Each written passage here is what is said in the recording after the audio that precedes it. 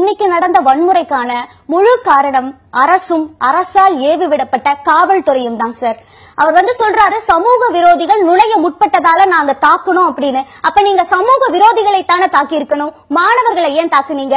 கோயமுத்தூர்ல இரவு முழுக்க போராட்ட களத்துல நின்ன ஒரு பள்ளி மாணவன் மூக்குல ரத்தம் ஒழுக போலீசால தாக்கப்பட்டு மூக்குல ரத்தம் ஒழுக அழுதுட்டே ஓடுனா அவன் சமூக விரோதியா?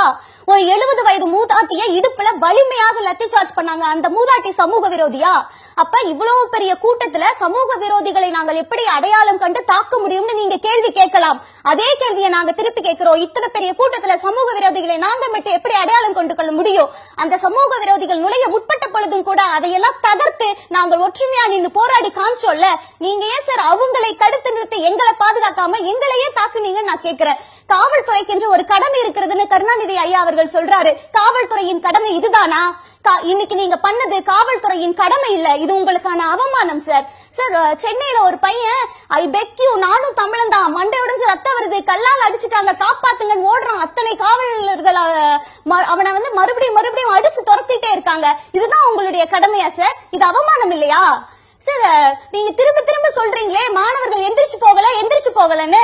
இப்படி ஒரு முடிவை மாணவர்கள் எடுக்கிறதுக்கான காரணம் என்ன தெரியுமா? அரசு ஆரம்பத்தில் காமிச்ச அலட்சிய போக்கு சார். இதற்கான அடிப்படையை நீங்க புரிஞ்சுக்கோங்க. 16ஆம் தேதி போராட்டம் தை 1ஆம் தேதி போராட்டம் தொடங்கிருச்சு.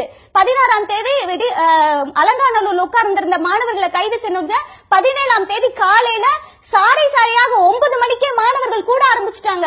மெரினால 9 மணிக்கு மாணவர்கள் வந்துட்டாங்க. 17ஆம் தேதி ஆளும் கட்சியை சார்ந்தவர்கள், முதலமைச்சர் எல்லாரும் என்ன செய்து கொண்டிருந்தார்கள் எல்லாருக்கும் தெரியும். அதற்கான சாட்சியாக ஆளும் கட்சியை சார்ந்த காட்சி ஊடகமே இருக்கு சார். அப்ப யோசிச்சு பாருங்க, நீங்க அன்னைக்கு ஒரு மக்கள் தலைவருக்கான 100ஆண்டு விழா கொண்டாட்டத்தில் இருக்கீங்க. ஒரு மக்கள் தலைவருக்கு செய்யும் உண்மையான மரியாதை அவருடைய சிலைக்கு மாலை போடுறதா? இங்க வீதியில மக்களும் மாணவர்களும் போராட்ட களத்துல நிக்கிறாங்க, நீங்க மாணவர்கள் கிட்ட ஓடி வந்திருக்கணும் சார். அதுதான் அந்த மக்கள் தலைவருக்கு. அப்ப நான் சொல்றேன் சார், நீங்க உங்களுடைய தலைவருக்கு கூட உண்மையான விசுவாசிகளா இல்ல. நீங்க அவரை மதிச்சிருந்தீங்க.